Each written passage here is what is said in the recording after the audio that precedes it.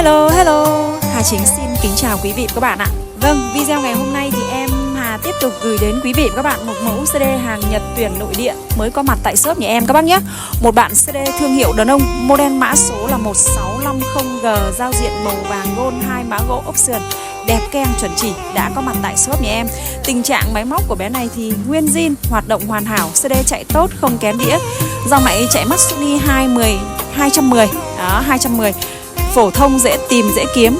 Đó, bác nào quan tâm mà có nhu cầu setup để nghe nhạc vàng, nhạc chậm, nhạc bolero chuyên nghiệp thì anh em nên tham khảo model này cho em nhé. 1650G. Như bé này thì Hà đang giao lưu với tầm tài chính là 6,5 củ, đầy đủ phụ kiện cho cả nhà.